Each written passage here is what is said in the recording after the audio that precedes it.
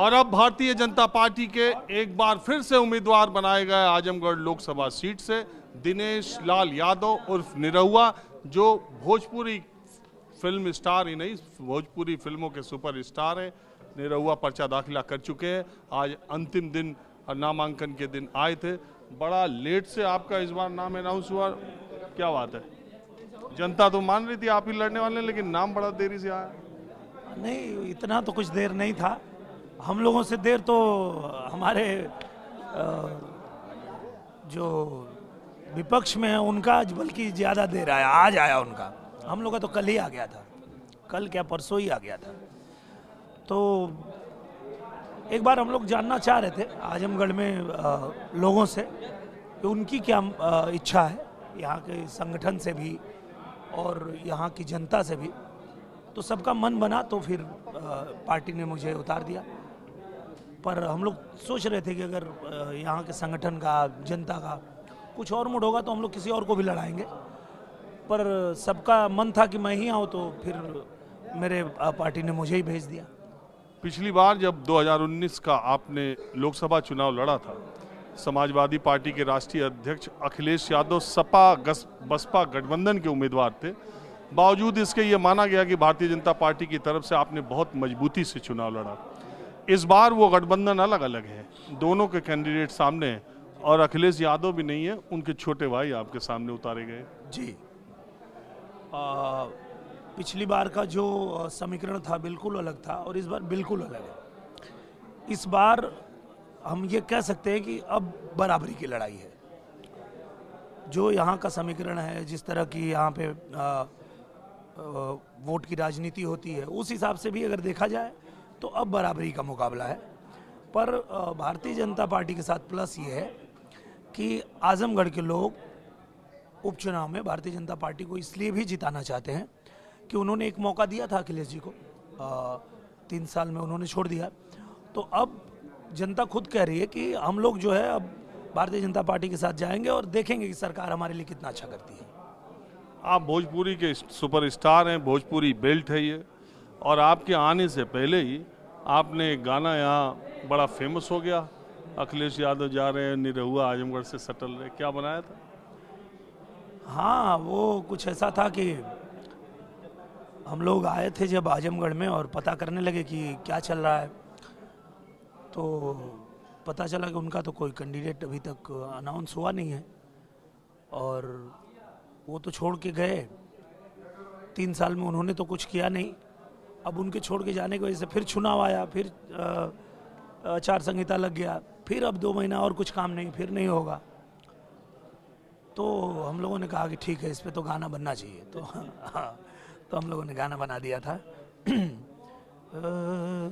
आजमगढ़ से ध्यान कबो ना हटल रहे, आजमगढ़ से प्यार कबो ना घटल रहे, अखिलेश हुए फरार निरहुआ डटल रहे, आजमगढ़ से प्यार कबो ना घटल रहे।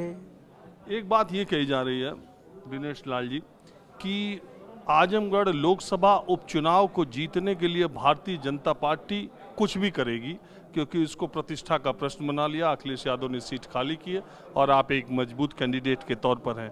मैंने सुना है कि भोजपुरी फिल्म सितारों का जमघट यहाँ आप लगाने वाले हैं। बिल्कुल लगाने वाले, क्या लग चुका है। आज नामांकन के दिन ही आधी इंडस्ट्री यहाँ पे मेरे साथ में थी।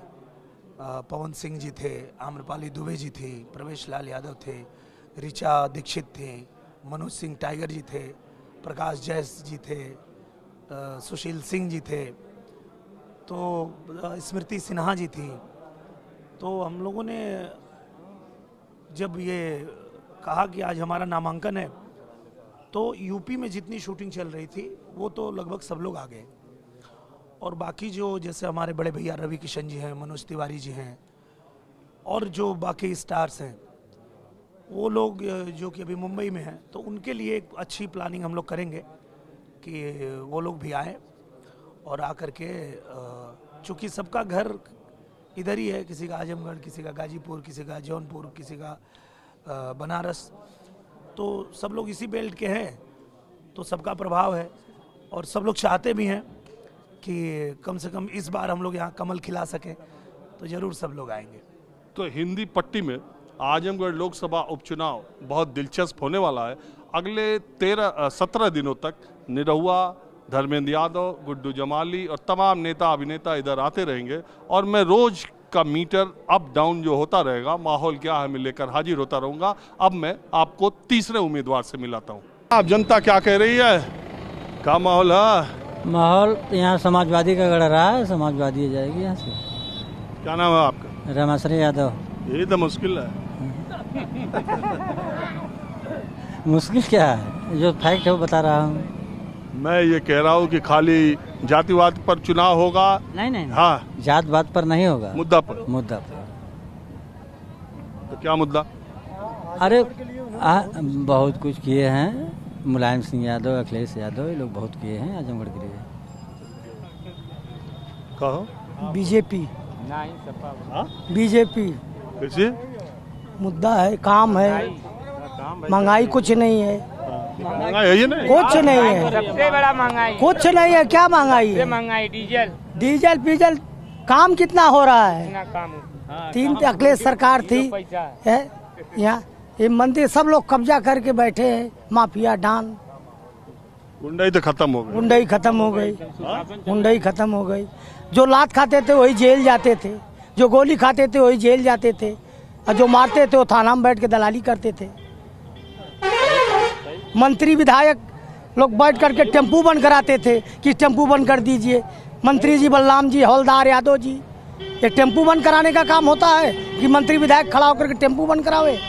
हम गए हवलदार जी के यहाँ कि सर दरोगा जी से कह दिए छोड़ दें। अरे अब आप एक एक आदमी का नाम ले रहे हैं, बताइए।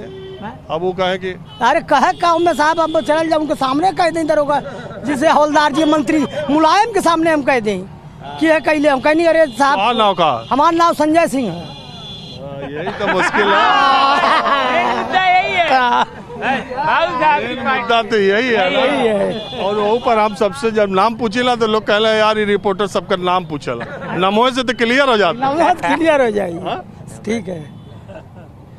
भाजपा को वोट देते हैं, मंत्री जी आते हैं, हमारे विधानसभा के विधायक हैं संग्राम यादव, आते हैं कहते हैं सर पानी पीजिए, चाय पीजिए, हम वोट आपको नहीं देंगे। कभी कभी कहते वोट नहीं देंगे उनको, नहीं कभी नहीं। चाय पानी पिला के सब चाय पानी पिलाते हैं, सब कुछ न्योता हकारी होता, आना जाना रहता है सब कुछ, लेकिन वोट नहीं उनको देते हैं, उनको वोट नहीं देते हैं। लेकिन एक बात बताइए, अगर ऐसा ही था तो 10 सीट यार सपा कैसे जीत गए? सीट पर बीजेपी दूसरे नंबर पर है, सब लोग एक हो गए।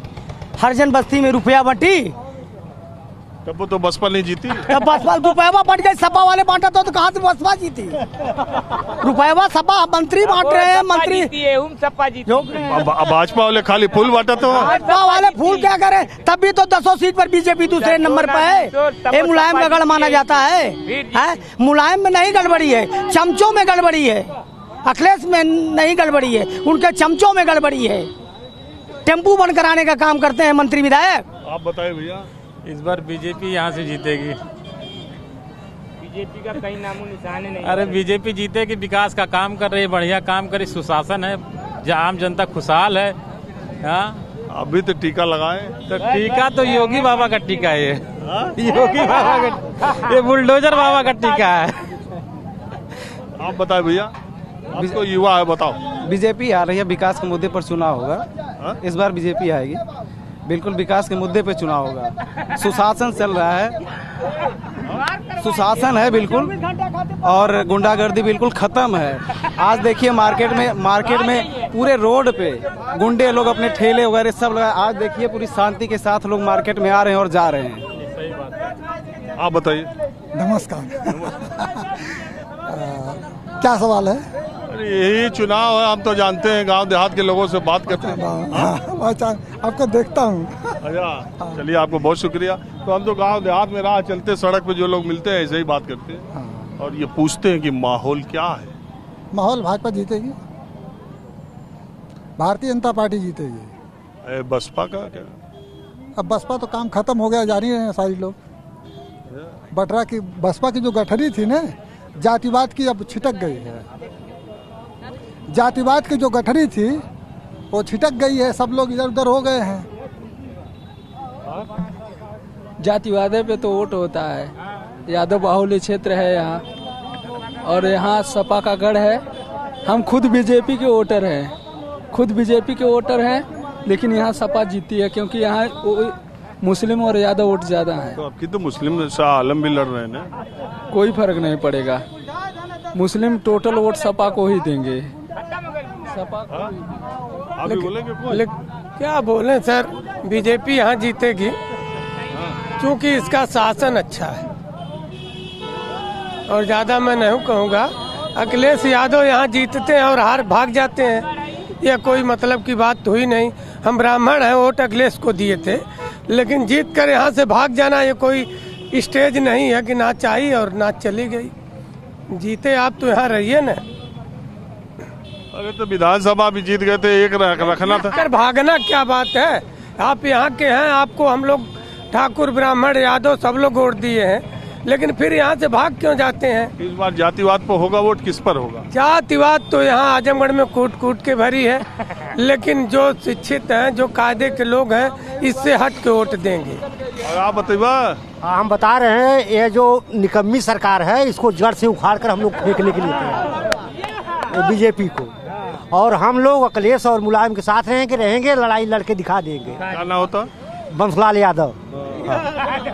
और का जैसे वो बोले हाँ जी, आप भी कुछ बोलेंगे? नहीं भैया, हम ना बोले। आजमगढ़ है बहुत मस्त जगह।